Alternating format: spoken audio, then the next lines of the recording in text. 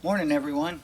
Today we're going to set up and test my new Zodi water heater that I got for Christmas.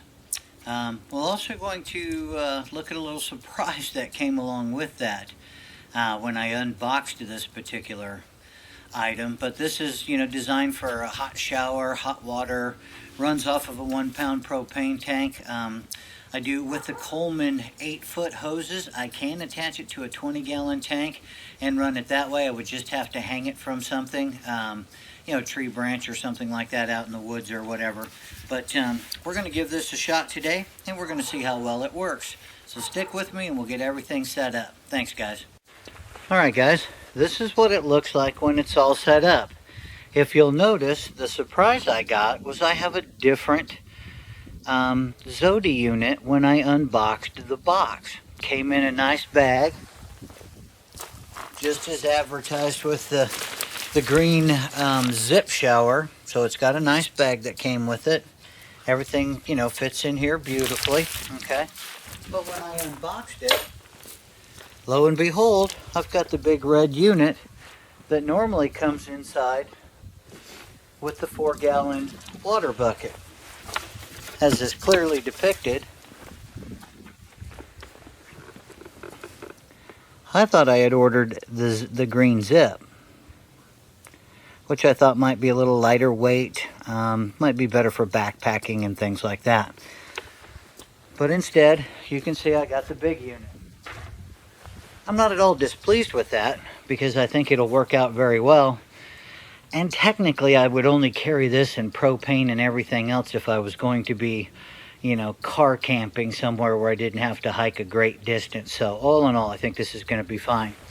This particular unit, as you can see, the hoses connect in a couple of different spots, catty corner from each other.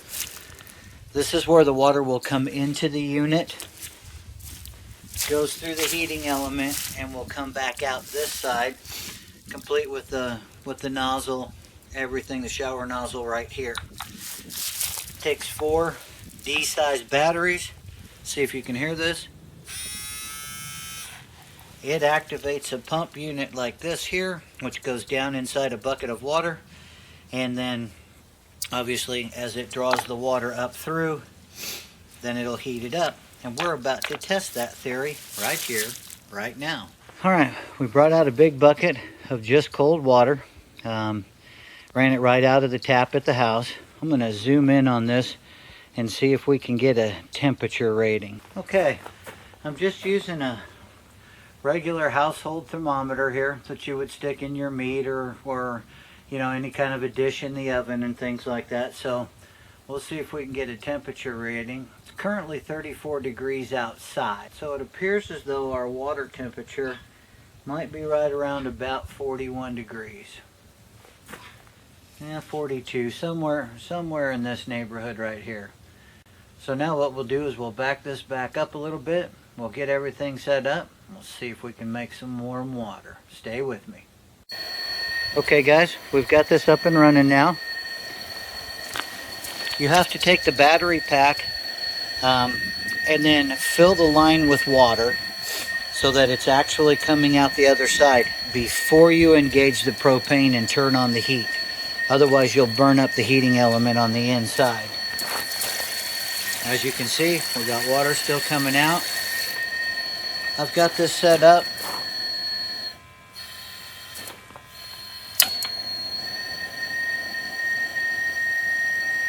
That's on full high.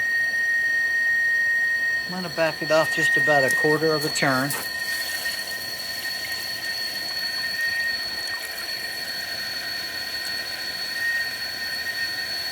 It's starting to feel a little warmer already. My hands are cold, so that helps. But we're just going to let this run a little bit and see what happens.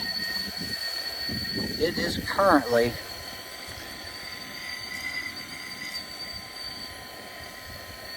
11:01. So we'll just see how long it takes to make this happen. It's about 11:11. And we're going to zoom in and test and see what the water temperature is. Okay. So we're getting up to about 80 degrees, not bad.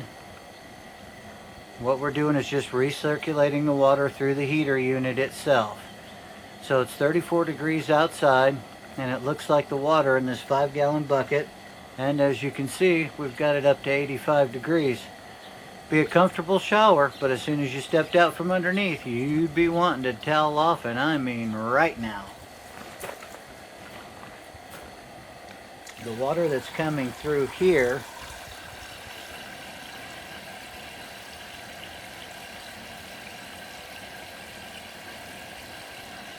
and that's just running right off onto the probe itself.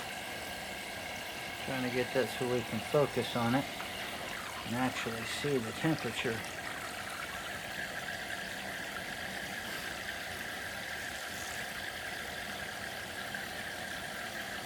Oh, helps if you keep it right in the water. So the water coming out is coming out pretty nice and warm. So that's been 10 minutes, and we've increased that temperature from what, about 45, I believe, right up to an acceptable degree for taking a shower, 86 degrees. So that took about 10-12 minutes. So that's recycling the water for, I don't know, 10, 12, 15 minutes at this point. Let's see if we can double check the time. It's now 11:14. So anyway, less than 15 minutes, we've got 85 going on 90 degree water. And the longer you recycle that, obviously the warmer it's going to get. Now I would say if you had an insulated 3 to 5 gallon cooler, something that you would use in, for sports drinks in the summer, something like that, with a little spigot down at the bottom so that you could open it up and run water out and do a hand washing type thing. I'm sure you could get the temperature to stay up there probably a little bit quicker. It would hold that temperature a lot longer in an insulated cooler type thing. But with this running in just a plain old bucket like this, 34 degrees outside, I'm pretty impressed. I'm pretty happy with it. If you like the video, then hit the like button, leave some comments, ask any questions that you might have. Appreciate your watching today. Have a good one. We'll see you out in the woods.